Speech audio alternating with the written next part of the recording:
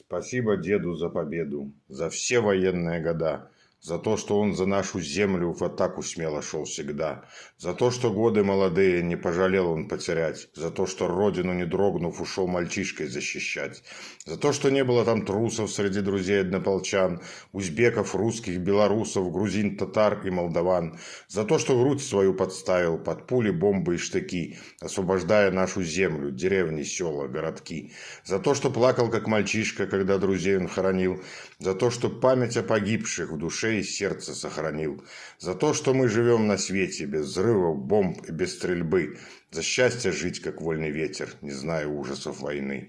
Спасибо деду за победу от всех российских матерей, за то, что он во имя мира собой закрыл чужих детей. Уходят в вечность ветераны, отцы становятся мудрей, и встали внуки на защиту великой Родины своей.